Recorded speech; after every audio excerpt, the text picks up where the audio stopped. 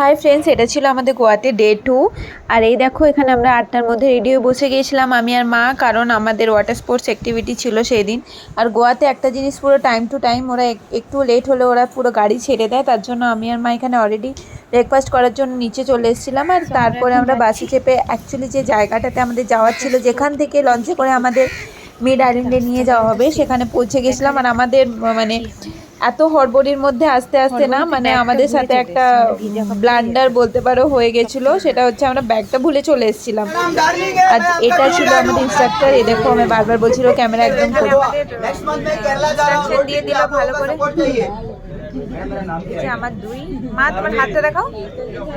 आप डार्लिंग मत बोलो भैया, मैं गे नहीं हूँ। चलिए दोस्तों, मिलता हूँ मैं अपने आइलैंड पे, ठीक है? टेक केयर, बाय बाय, हाथ अंदर, ओके? কতগুলো বোট দাঁড়িয়ে আছে এখানে। যখন অলরেডি মিড আইল্যান্ডে যাচ্ছিল না, লঞ্চটা অনেকটা দূরে চলে গেছিলো, তখন ডলফিনও দেখা যাচ্ছিল। আমি অনেক ক্যামেরা করার চেষ্টা করছি, বাট তারা আর দেখা দেয়নি।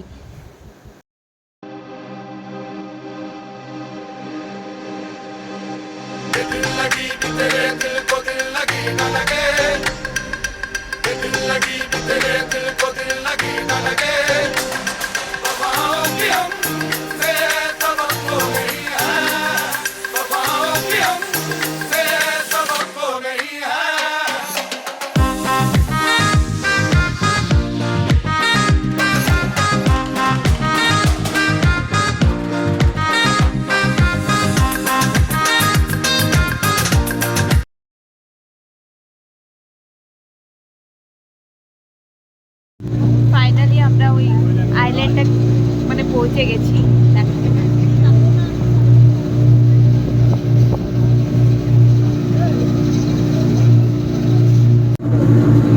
मैंने लिया ना।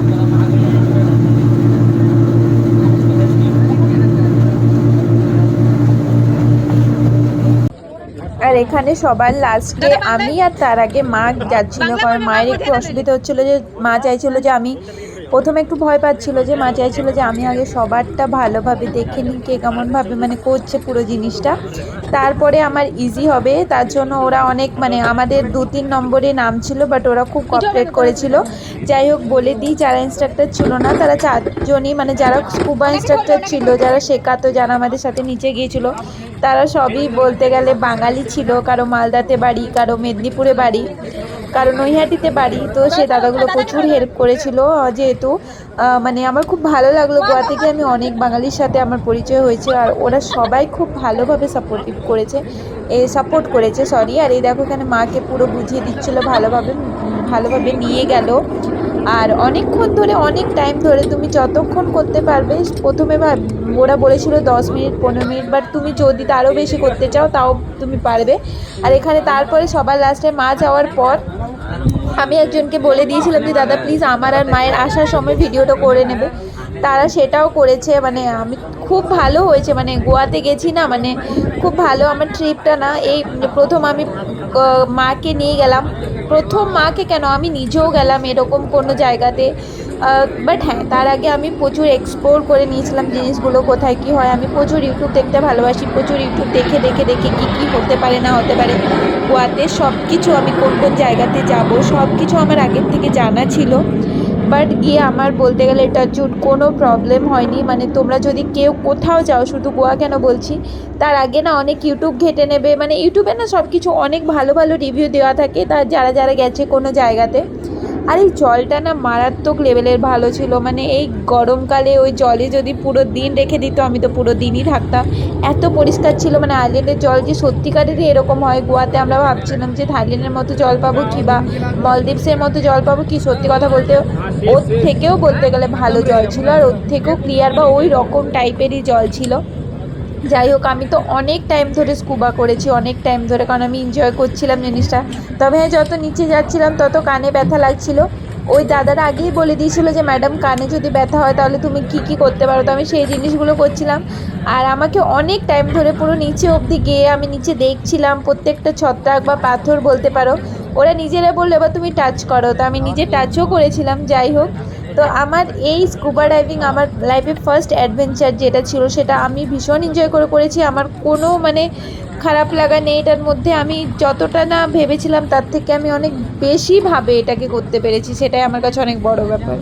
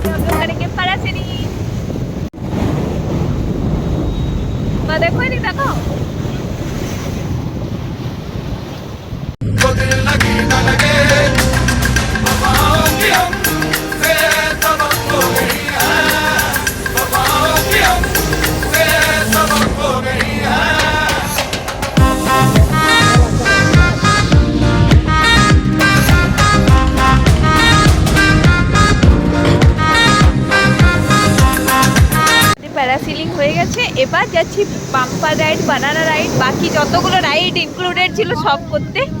মা বলছে আর করবে না, ঠকে গেছি এবার। আর এই বালি মানে এই বিচেটা না এত বালি, যত ঢেউ আসছে শুধু বালি শুধু বালি। এই দেখো, হ্যাঁ হ্যাঁ বেরালো। এই বিচে মারাত্মক রকমের বালি ছিল, মারাত্মক রকমের, মানে আমরা পুনেতে আসার পরেও জামা কাপড় থেকে আমাদের মানে বালি বেরিয়েছে এত পরিষ্কার করার পরেও। যাই হোক, এখানে বাকি সব রাইড করেছি আমরা। যে বানানা ও করেंगे, वो जो लेके घूमता है ना वो, ये बनाना राइड।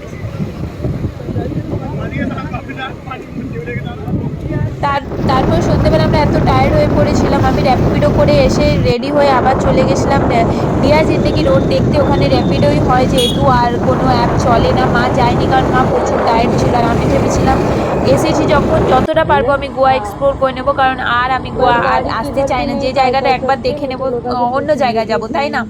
তারপরে হোটেলে ফিরি, হোটেলে ডিনার করি ভালোভাবে। আর আমাদের মুখ চোখের অবস্থা থেকে বুঝতে পারছো আমরা ভীষণ টায়ার্ড ছিলাম, ভীষণ। আর যাই হোক, আমাদের হোটেলেও বাঙালি ছিল, তো তারা অনেক ভালোভাবে আমাদের খাতির যত্ন করে। আমার চুলটা দেখতে পাচ্ছ তোমরা? দাঁড়াও, ব্যাক ক্যামেরা করে কি করে দেখাবো। এই দেখো, এইটা হচ্ছে, এটা আমি সেই বাঘা বিচে করিয়েছিলাম।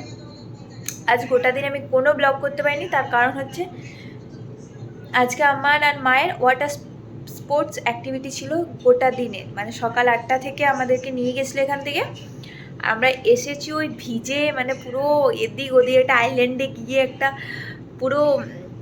আমি কিছু কিছু ছোটো ছোটো ক্লিপ নিয়েছি, সেগুলো আমি দেখাবো, কারণ আমার একদম ইচ্ছে করছে না। পুরো বালিতে পুরো ভরে গেছিলাম। প্রথমে আইল্যান্ডে আমাদের স্কুবা করালো, ওটা পুরো একটা ডিটেলস ভিডিও আমি বানাবো ভালোভাবে। আমার স্কুবাটা খুব ভালো লেগেছে।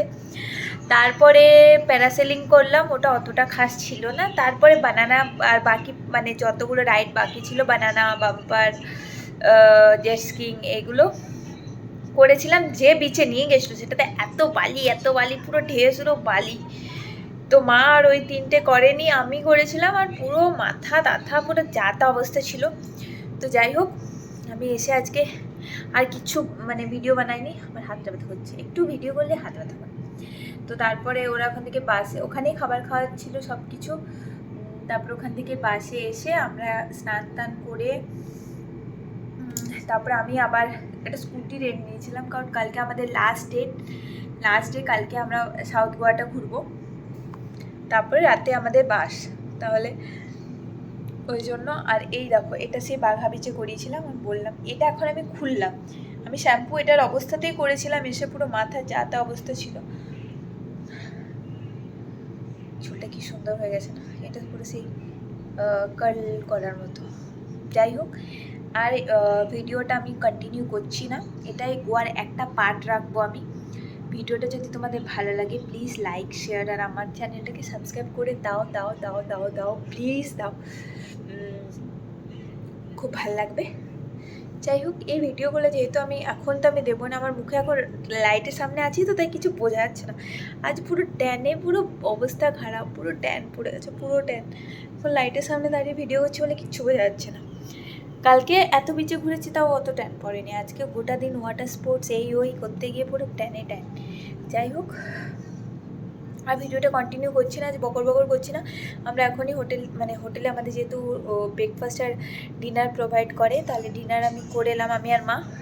খাবার এখানে দুর্দান্ত দারুণ খাবার ছিল, তো সেগুলো খেয়ে দিয়ে প্রচুর পেট ভরে খেয়ে এবার একটু যদি ঘুম হয় ঠাকুরের দয়ায় দেখছি, কারণ ঘুম হয় না, আমি বাইরে কোথাও এলে আমার ঘুম হয় না। এখন যদি বাড়ি হয়ে যায় তাও ঘুম হয় না, আমার পুনেতে থেকে অভ্যেস হয়, মানে আমার নিজের রুম নিজের আমার ঘুম হতে প্রচুর অসুবিধা হয়। তো যাই হোক, চলো টাটা, ভালো থেকো। কালকে আমি গোয়ার একটা সেকেন্ড পার্ট বানাবো, তাহলে 2টো পার্টি হবে। চলো টাটা।